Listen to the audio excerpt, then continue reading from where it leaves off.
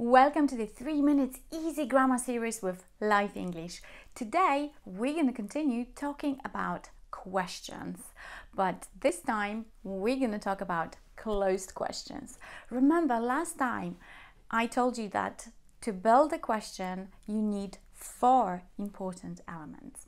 Number 1 was the question word or question phrase. Number 2 was an auxiliary. Number 3 was your subject, and number 4 was the verb. Remember? Question word, auxiliary, subject, and verb. Well, how do we build closed questions? Do we need all 4 elements? Let's think. So there's an example of a closed question. Closed question. Do you like chocolate? Do you like chocolate? I love chocolate. But what elements did we use to build that question? Do you like chocolate? Do is an auxiliary, you is the subject, it is the verb. So we are missing the first element, which was the question word. And in building closed questions, we don't need them. We don't need question words like what, why, and where. We usually start with do or is, are. Now, let's think of some examples of closed questions. Is she happy? Is she happy? Now this closed question starts with is. Okay, is, then we have the subject. We don't actually have the verb here. Is she happy?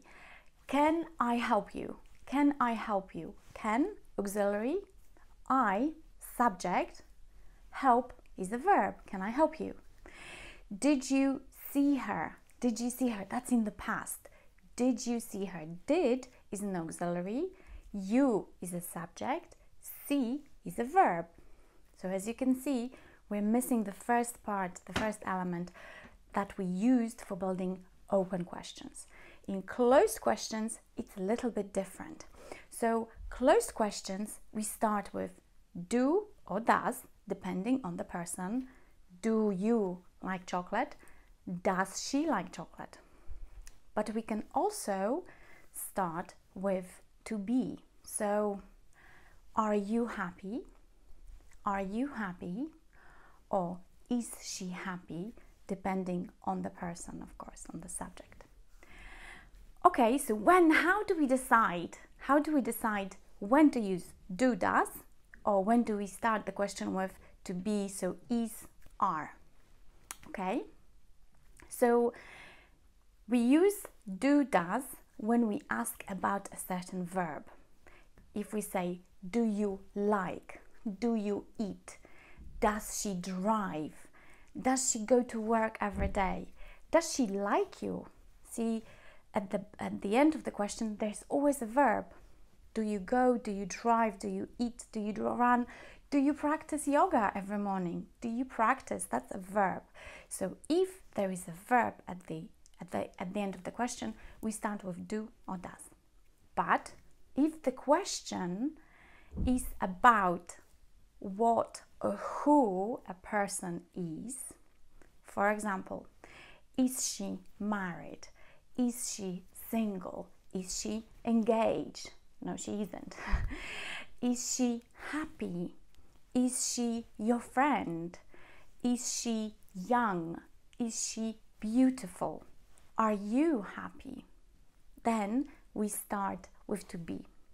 So questions with do, does usually have a verb, and we want to find out about this verb or this activity. Do you go? Do you eat? Do you practice yoga? Do you sleep enough? I don't. But if we want to ask about who or what a person or someone is, then we start with to be. So is she happy? Is she married? Is she your wife? Is she your friend? Okay, there's one more thing when it comes to closed questions.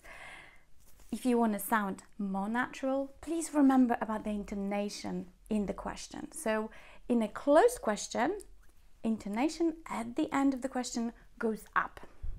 In a sentence, did you see her? You can hear it, it goes up. Did you see her? Do you like him? Do you like him? Are you hungry? Are you hungry? Is she married? Okay, in closed questions, remember to put the intonation up. You will always sound better and more natural. I hope you enjoyed it. See you soon. Live English with Ewa Helińska on closed questions.